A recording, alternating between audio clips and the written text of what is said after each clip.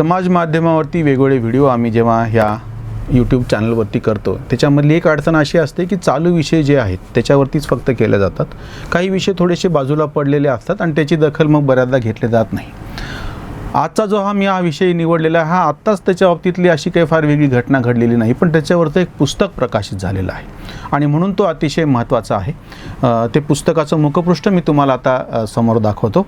मुंबई तरुण भारतच्या वतीनं हे पुस्तक अतिशय मोठं आणि महत्त्वाचं शहरी माओवाद आणि एल्गार परिषद खटला, भरत आमदापुरे यांनी लिहिलेलं हे पुस्तक आहे. हे पुस्तक म्हणजे हे जे सगळं अर्बन नक्षलचं जे प्रकरण चालू आहे किंवा आपल्या महाराष्ट्रापुरतं बोलायचं म्हटलं तर एल्गार परिषद झाली आणि त्याच्यानंतर भीमा कोरेगावची जी दंगल उसळली त्याच्या संदर्भात सगळी पूर्ण माहिती, न्यायालयीन पातळीवरती काय घडलं, कसे कसे आरोप ठेवले गेले तेव्हापासून ते अगदी आत्तापर्यंतचे, म्हणजे त्याच्यातला एक आरोपी जो होता फादर स्टॅन सामी असं नाव आहे, स्वामी नाही, म्हणजे बुद्धिभेद कसा केला जातो त्याचं एक अतिशय ज्वलंत उदाहरण. स्टॅन सामीची त्याचा मृत्यू झाला तुरुंगामध्ये असताना, परत सगळे मानवाधिकाऱ्यांनी कसं गळा काढला ते तुमच्या समोर आहे. हे पुस्तकाचं मुखपृष्ठ तुम्ही बघता आहात. या सगळ्या पुस्तकामध्ये न्यायालयीन पातळीवरती जे काही घडलेलं आहे त्याचं तुम्हाला डॉक्युमेंटेशन, त्याचं सगळं अतिशय सविस्तर अशी माहिती दिल्या गेलेली आहे. पुरोगामी चळवळीचं नेहमीच एक असं राहिलेलं आहे की चळवळ छोटी, त्याच्यावरचं सगळे कागदपत्र मोठे, गाणे मोठे आणि सगळी बंबम मोठी, पत्रकारिता त्यांच्या हातामध्ये असल्यामुळे. ह्याच्या उलट इतर ज्या चळवळी होत्या त्या तुलनेनं किती व्यापक आणि मोठ्या झाल्या तरी त्यांची दखल मात्र दुर्दैवाने घेतल्या गेली नाही. डॉक्युमेंटेशन, त्याचं दस्तऐवजीकरण झालं नाही, त्याच्याबद्दलची माहिती फारशी पुढं नसते किंवा कोणी सुसूत्र पद्धतीने ती मांडत नाही. भारत आमदापुरे यांच्या पुस्तकाने पहिल्यांदाच याच्यावरची न्यायालयीन पातळीवरची सगळी माहिती मराठीमध्ये सूत्रबद्ध पद्धतीने अतिशय व्यवस्थित कालक्रमानुसार मांडलेली आहे. त्याची जी सुरुवात आहे मी तुम्हाला ते आवर्जून पॅरा वाचून दाखवतो. सगळ्यांना असं वाटत राहतं की काहीतरी 2014च्या नंतर मोदी आले आणि त्याच्यानंतर हे सगळा धिंगाणा कसा सुरू झाला. वास्तविक जेव्हा घटना तयार होत होती तेव्हा ही तारीख आहे 25 नोव्हेंबर 1949. संविधान सभेत केलेले शेवटचं भाषण आहे बाबासाहेब आंबेडकरांचं आणि त्याच्यातला हा पॅरा मी तुम्हाला आवर्जून सांगतो आणि जो त्यांनी ह्या पुस्तकामध्ये सुद्धा दिलेला आहे. म्हणजे आज ज्या पद्धतीनं प्रकाश आंबेडकरांनी ह्या सगळ्या प्रकरणामध्ये म्हणजे प्रत्यक्ष घटना घडल्या तातडीनं संभाजी भिडेंना आणि मिलिंद एकबोटेला अटक कशी करा असं सांगितलं होतं. आणि ह्यांनी आपण जरी आपल्यामध्ये बाबासाहेबांचा DNA असला तरी वैचारिक DNA मात्र आपण बाबासाहेबांचा कसा घेतला नाही हेच प्रकाश आंबेडकरांनी जणू दुर्दैवाने सिद्ध केलं. बाबासाहेबांचं ते वाक्य आहे, मी तुम्हाला ते बाबासाहेबांचं जे कोट आहे त्यांच्या भाषणातलं आणि शब्दामध्ये कुठे फरक होऊ नये म्हणून मुद्दाम सांगतो. केव्हा संविधान सभेतलं, म्हणजे आज सगळे पुरोगामी तथाकथित म्हणजे सगळे आंबेडकरवादी, पॅन्थरवाले, साम्यवादी, समाजवादी सगळे एकत्र येऊन आपण स्वतःला पुरोगामी म्हणून घेतात. बाबासाहेब तेव्हा सांगतात की जेव्हा की आपल्या घटनेमध्ये समाजवाद, सोशलिझम हा शब्द नव्हता, जो इंदिरा गांधींनी नंतर आणलेल्या आणीबाणीच्या काळातल्या दुरुस्तीच्या वेळेस.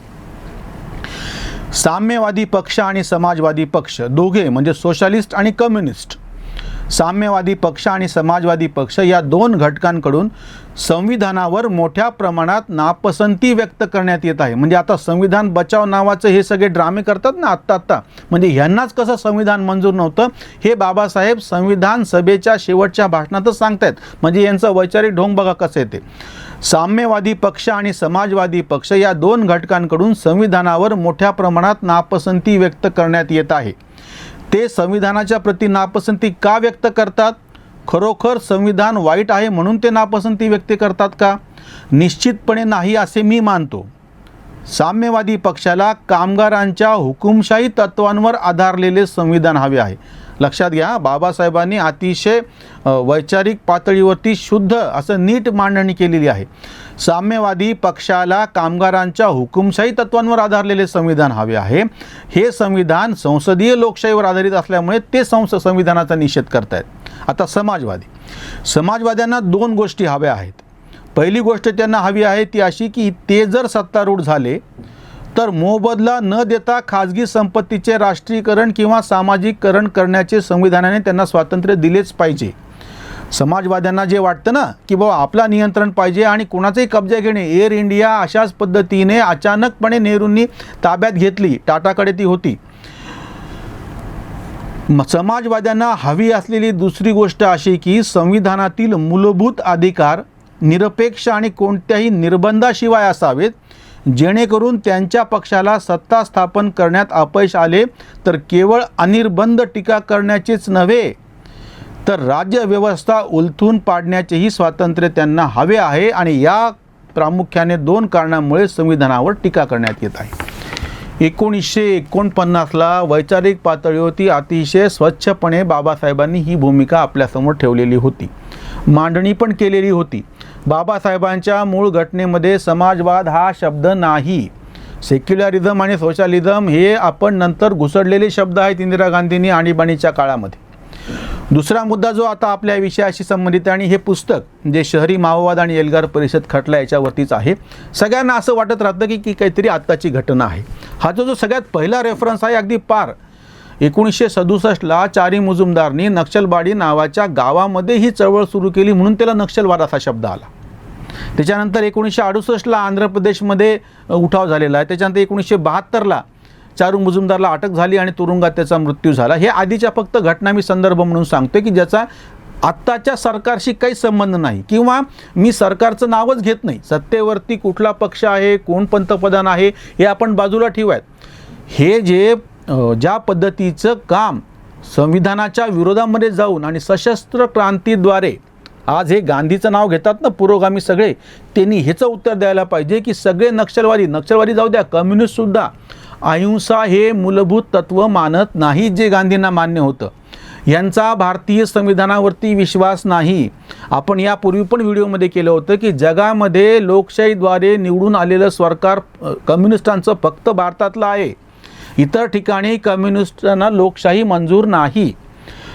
2004ला भारतीय कम्युनिस्ट पक्ष माओवादी म्हणजे त्याच्या ज्या वेगवेगळ्या घटना होत्या, पार चारू मुजुमदारपासून चालू असलेल्या वेगवेगळ्या पद्धतीनं ते काम करत होत्या, सगळ्यांचं एकत्रीकरण करून हा पक्ष स्थापन झाला 2004ला. म्हणजे तुम्ही ह्या घटना लक्षात घ्या. आणि दुसरं एक तुम्हाला मी त्याच्यातलं हे पण वाचून दाखवतो की मंत्रालयाने सगळ्यात पहिल्यांदा ह्याच्यावरती केव्हा अधिकृतरित्या न्यायालयामध्ये आपलं म्हणणं मांडलं, 2013ची गोष्ट आहे. नोव्हेंबर 2013 म्हणजे मोदी 2014ला सत्तेवरती आलेले पंतप्रधान झालेले आहेत. ह्यांच्या ज्या कारवाई चालू आहेत 2004ला हा पक्ष स्थापन करण्यात आला वेगळा सगळ्यांचा एकत्र करून, भारतीय कम्युनिस्ट पक्ष कंसामध्ये माओवादी, ज्याच्यावरती काय बंधन आहे, ज्याच्यावरती बंदी आलेली आहे, प्रतिबंधित संघटना ज्याला म्हणतात ना ते. आणि त्याच्या नावामध्ये जरी पार्टी असली तरी लोकशाही मार्गाचा त्यांचा काही संबंध नाही. हे निवडणुका लढवत नाहीत. 3 पद्धतीने हे काम करतात की एक तर त्यांचं पॉलिट ब्युरो असतो, ते सगळं ह्या पुस्तकामध्ये सविस्तरपणे दिलेलं आहे.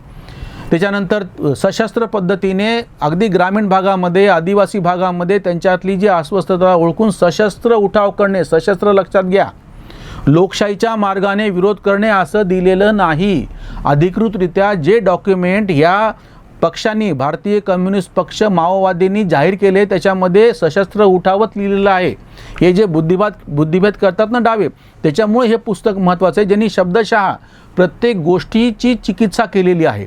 आणि आपल्या गृहमंत्रालयाने जेव्हा पी चिदंबरम हे गृहमंत्री होते, आता तेव्हा त्यांनी काय म्हणलेलं आहे हे बघा. भारतीय कम्युनिस्ट पार्टी ही 6व्या क्रमांकावर आहे. कुठली संघटना म्हणजे ते कुठल्या 2018चा हा अहवाल आहे नंतर आलेला. म्हणजे भाकप माओवादी ही जगातील सर्वात हिंसक अशा दहशतवादी संघटनांपैकी एक आहे. इसिस, बोको हराम, तालिबान, आता तालिबान चालू आहे, अल कायदा यांच्या पंक्तीत बसणारी ही संघटना आहे. यूसी स्टेट डिपार्टमेंटच्या 2018च्या अहवालानुसार भाकप माओवादी ही संघटना दहशतवादी हल्ले करणारी जगातील 6व्या क्रमांकाची संघटना आहे. तालिबान अफगाणिस्तानातली, इसिस इस्लामिक स्टेट, अल शबाब आफ्रिका, बोको हराम, कम्युनिस्ट पार्टी ऑफ फिलिपाईन्स या पहिल्या 5 आणि त्याच्यानंतर ही संघटना येते. आणि जे शपथपत्र यांनी दिलेलं आहे नोव्हेंबर 2013मध्ये काँग्रेस प्रणित संयुक्त लोकशाही आघाडीचे सरकार असताना केंद्रीय गृह मंत्रालयाच्या वतीने सर्वोच्च न्यायालयातील याचिकेत उत्तरादाखल दिलेले माओवादी समस्यांचे प्रतिज्ञापत्र की त्या संदर्भातलं, त्यावेळी पी चिदंबरम देशाचे गृहमंत्री होते आणि त्यांच्या त्या ॲफिडेव्हिटमध्ये बंडखोरीचे विविध पैलू आणि देशाच्या एकता अखंडतेसमोर असलेल्या गंभीर समस्यांचे निराकरण करण्यासाठी सरकारने काय हे केले आणि त्यांना कशामुळे विरोध केलेला आहे. देशातील सर्वात मोठी व हिंसक माओवादी संघटना ही भारतीय कम्युनिस्ट पार्टी माओवादी ही आहे. सरकारने दिलेलं आहे 2013 मधलं, तुम्ही ते वाक्य वाचा. सन 2004 मध्ये विविध माओवादी नक्षलवादी संघटनांच्या विलिनीकरणातून ही संघटना स्थापन झाली. भाकप माओवादी आणि त्या संबंधित सर्व फ्रंट संघटनांना दहशतवादी संघटना म्हणून घोषित करण्यात आले असून त्यांचा बेकायदेशीर हालचाली प्रतिबंधक कायदा UAPA 1967च्या अनुसूचितमध्ये समावेश केलेला आहे. इतकं स्वच्छपणे यांनी सांगितलेलं आहे. आणि ह्यांच्या ज्या फ्रंटल ऑर्गनायझेशन्स आहेत ना, एकूण म्हणजे त्यांची संख्या 74 आहे. म्हणजे भारतीय कम्युनिस्ट पक्ष, माओवादी आणि त्याच्यामधल्या महाराष्ट्र, आपला विषय महाराष्ट्रापुरता आहे म्हणून जरूर सांगतो. जे पुस्तकात दिलेलं आहे तुम्ही पुस्तक जरूर वाचा. फक्त मी त्याच्यातल्या ठळक गोष्टी तुमच्यासमोर ठेवतो आहे. महाराष्ट्रातल्या एकूण 7 अशा संघटना आहेत. त्याच्यामध्ये कबीर कला मंच आहे की ज्याच्यावरती बंदी घातलेली आणि 2013ची गोष्ट आहे. या सरकारने, म्हणजे सरकारचं नाव घ्यायची गरजच नाही आहे, कुठलंही सरकार असो, ह्यांच्या ज्या काही कारवाया चालू आहेत त्याच्या विरोधामध्ये अतिशय स्पष्टपणे सरकारी पातळीवरती सुरक्षा यंत्रणांकडून त्याची फाईल तयार करणे, आरोपपत्र तयार करणे, त्याच्यावरती पुरावे गोळा करणे, हे काम सातत्यानं, म्हणजे आधीचं सोडा 2004 पासून, म्हणजे आज त्याला जवळपास 17 वर्ष होत आहेत, नीटपणे चालू आहे. आणि हे आरोप मात्र काय करतात की 2014च्या नंतर मनुवादी सरकार आणि ब्राह्मणवादी आणि त्यांनी कसं केलेलं आहे. दुसरा जो महाराष्ट्रापुरता विषय आहे एल्गार परिषदचा, म्हणजे 31 डिसेंबरला पुण्याला शनिवार वाड्यासमोर जी एल्गार परिषद झाली त्याचं आणि नंतरच्या दुसऱ्या दिवशी झालेल्या भीमा कोरेगाव येथील जी काही दंगल उसळली त्याचं कसं नातं आहे हे पण स्पष्टपणे समोर आलेलं आहे. बाबासाहेबांनी 1927लाच या ठिकाणाला भेट दिलेली होती. महार जातीचं महार रेजिमेंट इंग्रजी सैन्यामध्ये ते जे नंतर तयार झालं त्यावेळेस महार रेजिमेंट नावाची गोष्ट पण 1818ला अस्तित्वात नव्हती. ती जी लढाई झाली ते इंग्रजांचं सैन्य आणि मराठा सैन्य, पेशवाई म्हणून अतिशय खोट्या पद्धतीनं सांगण्यात येतं ना, पेशव्यांची म्हणून वेगळी कुठलीही राजवट नव्हती. पेशवे हे छत्रपतींचे पंतप्रधान होते. शिक्का चालायचा तो फक्त छत्रपतींचा. नेमणुका सगळ्या छत्रपतींच्या आदेशानुसार व्हायचे. त्यांच्या वतीनं हे लढायचे. ते जे सैन्य आहे त्या सैन्याला तुम्ही परदेशी म्हणता आणि इंग्रजांकडून लढले म्हणजे ते आपले म्हणता. म्हणजे हे नेमके कुठला देशप्रेम आहे.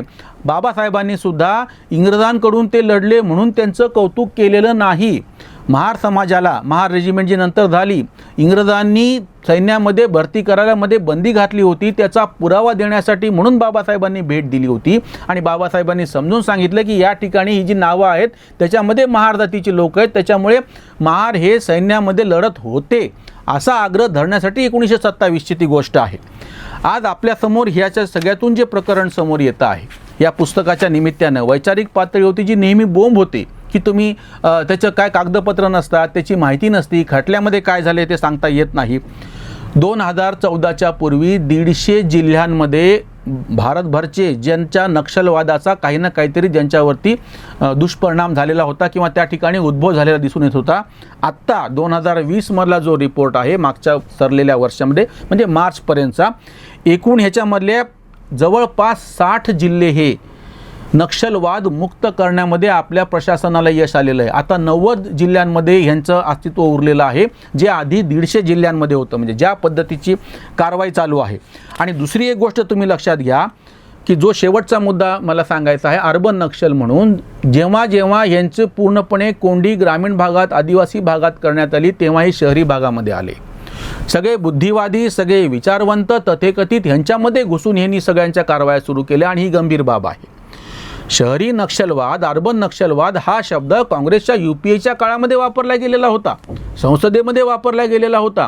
आणि हे जे सगळे ज्यांना पकडलं, अनंत तेलतुंबडे जे बाबासाहेब आंबेडकरांचे नात जावई आहेत, त्यांच्यावरती जो ड्रामा झाला त्याच्यावरती पण आपण यापूर्वी व्हिडिओ केलेला होता. त्यांना 1.5 वर्ष सवलत मिळाली सर्वोच्च न्यायालयात जाणे, खटला हे करणे, पण शेवटी त्यांना बरोबर 14 एप्रिलचा त्यांनी दिवस निवडला, त्यांना तो ड्रामा करायचा होता म्हणून.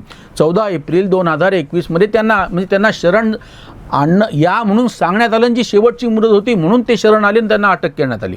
त्यांचा भाऊ मिलिंद तेलतुंबडे ऑलरेडी फरार आहे आणि ज्याचा आत्ता मृत्यू झाला, मी सुरुवातीला उल्लेख केला, फादर स्टेन सामी असं त्याचं नाव आहे, स्वामी नाही.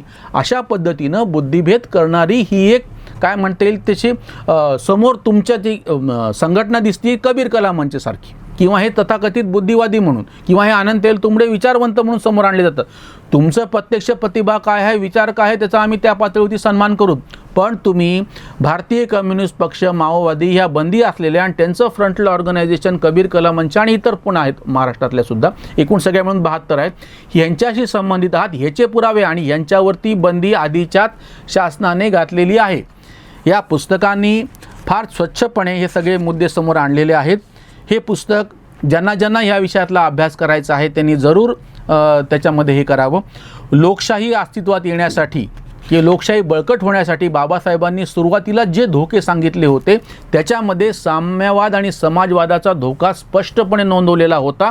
हे लक्षात घ्या. म्हणजे आज जे स्वतःला शाहू फुले आंबेडकर असं सगळे एकत्र करून आपण त्याचे कसे शिष्य आहोत सांगतात, हा बौद्धिक खोटारडेपणा आहे आणि हे आपण ओळखलं पाहिजे.